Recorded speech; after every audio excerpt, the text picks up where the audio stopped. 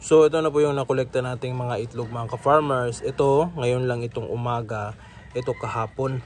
So yung tumawag sa atin, ito yung ibibigay natin dahil magkakasya naman yung mga large size na mga itlog. So ito merong mga maliliit, medium size, mostly dito. So ito yung ibibigay natin mga ka-farmers dahil lang sabi ko kanina na baka maliliit yung mabibigay ko, pero nang nagkolekta ako doon sa mga pugaran ay marami namang mga malalaki, kaya ito yung ibibigay natin ngayon sa kanila. So ito mga ka-farmers, iba't iba yung kulay, may puti, may brown at saka mayroong light brown. So ito namang mga puti mga ka-farmers, gaya nito, ito yung itlog ng white leghorn natin. Yan o.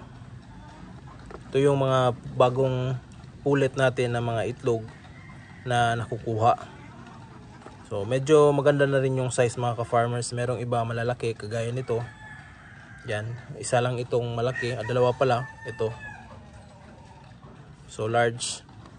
At yung iba mostly ay mga maliliit, mga medium sizes.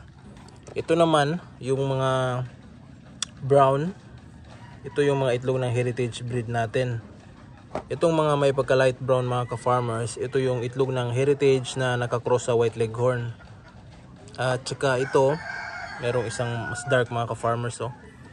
Mapapansin nyo, darker siya sa ibang itlog. Parang pula. Ito naman yung itlog ng Orpington Blue natin. Kahapon nakuha ko ito. At yun, na-amaze ako sa kulay dahil iba, naiiba sa lahat. So siya lang namang mag-isa yung ganito yung kulay, pero meron pang ibang medyo kahawig niya. Yan, pero iba talaga to. So yan yung itlog ng ating Orpington Blue. So sari-sari yung kulay. Para sa akin mas magandang pagmasdan ang mga ganitong itlog mga ka-farmers compare kung lahat ng kulay ay uniform. So ito parang unique mga ka-farmers. So yung mga itlog ng pulit ng white leghorn natin, nabibenta na natin dahil hindi pa naman natin binibreed. So baka next week pa tayo magsalang ng mga roosters. So benta muna natin yan. So ito namang mga brown eggs, sa ngayon nakakabenta pa tayo dahil hindi pa tayo nagbe-breeding. So next week mag-start na tayong mag-egg collection para sa upgraded native, kaya hindi na rin, konti na lang yung makukuha nating itlog na pangbenta.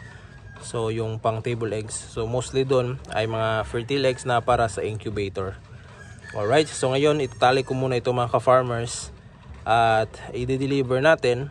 Ang presyo pala nito is ito 300 at yung mga maliliit na medium sizes nasa mga 270.